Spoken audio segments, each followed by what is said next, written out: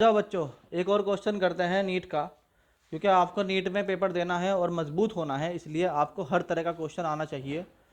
ये क्वेश्चन बहुत ही सिंपल है। इस क्वेश्चन में कहा गया है कि एक पॉइंट है जो कि x नाम का पॉइंट है और दूसरा पॉइंट है जो कि y नाम का पॉइंट है, और एक ऑब्जेक्ट है जो x से y जाता है और फिर वो y से x आ जाता है।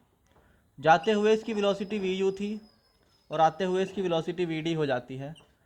जाते हुए मान लो डिस्टेंस s है तो आते हुए डिस्टेंस क्या होगी, s होगी, क्योंकि पॉइंट तो सेम रहे ना। अरे बोल लो, पॉइंट तो सेम रहे ना भाई।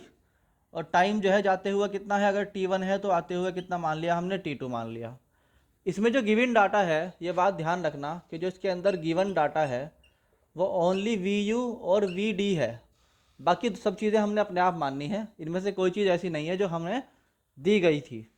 अब बताओ पूछा क्या गया है, पूछा गया है कि what is the average speed, V average पूछी गई है। अब आप जानते हैं कि वी एवरेज जो होता है उसका फॉर्मूला होता है total distance upon total time. और ये फॉर्मूला सभी को याद होना चाहिए कि भाई एवरेज स्पीड का फॉर्मूला जो होता है ना, वो होता है total distance over total time, और एवरेज वेलोसिटी का फॉर्मूला होता है net displacement over total time. ये बात ध्यान रखना।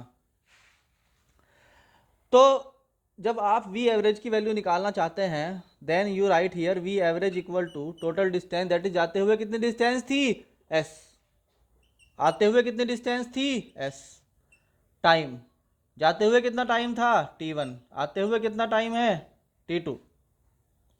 अब मुझे एक बात बताओ कि टाइम जो होता है वो क्या होता है, डिस्टेंस अपॉन वेलोसिटी। तो t1 की जगह हम क्या रख सकते हैं, एस अपॉन वी यू रख सकते हैं कि नहीं रख सकते हैं।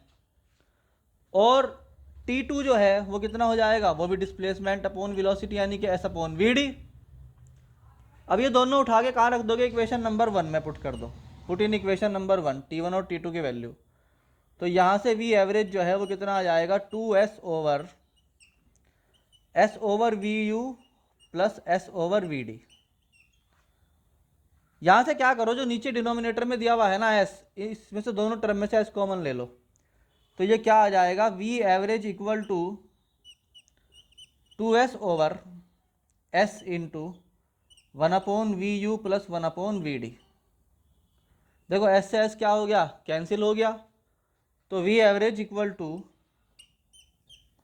क्या आ गया बच्चों, 2 ओवर, अब इन दोनों का एलसीएम अगर लोगे तो यहाँ चला जाएगा, यहाँ चला जाएगा, तो ये हो गया ऊपर V D plus V U और नीचे आ गया V D into V you.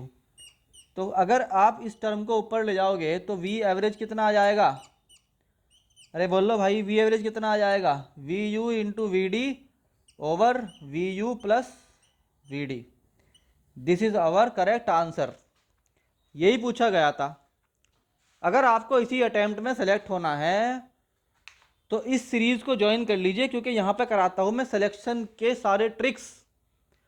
अगर आपके सामने पेपर आ जाए और आपको लगे कि ये पेपर तो मैं निपटा दूंगा 1.5 घंटे में 3 घंटे की जगह, और आपको इतना कॉन्फिडेंट बनना है, तो आपको ये प्रैक्टिस सीरीज ज्वाइन करनी पड़ेगी, क्योंकि यहाँ से आपको वो ट्रिक्स मिलती हैं ताकि आप पहले अटेम्प्ट में ही सेलेक्ट हो सकें। इस बात को सीरियसली लेकर इस सीरीज को ज्वाइन कर लीजिए। जितना लेट ज्वाइन करेंगे उतना ही आपको नुकसान होगा। आज चलते हैं नेक्स्ट क्वेश्चन।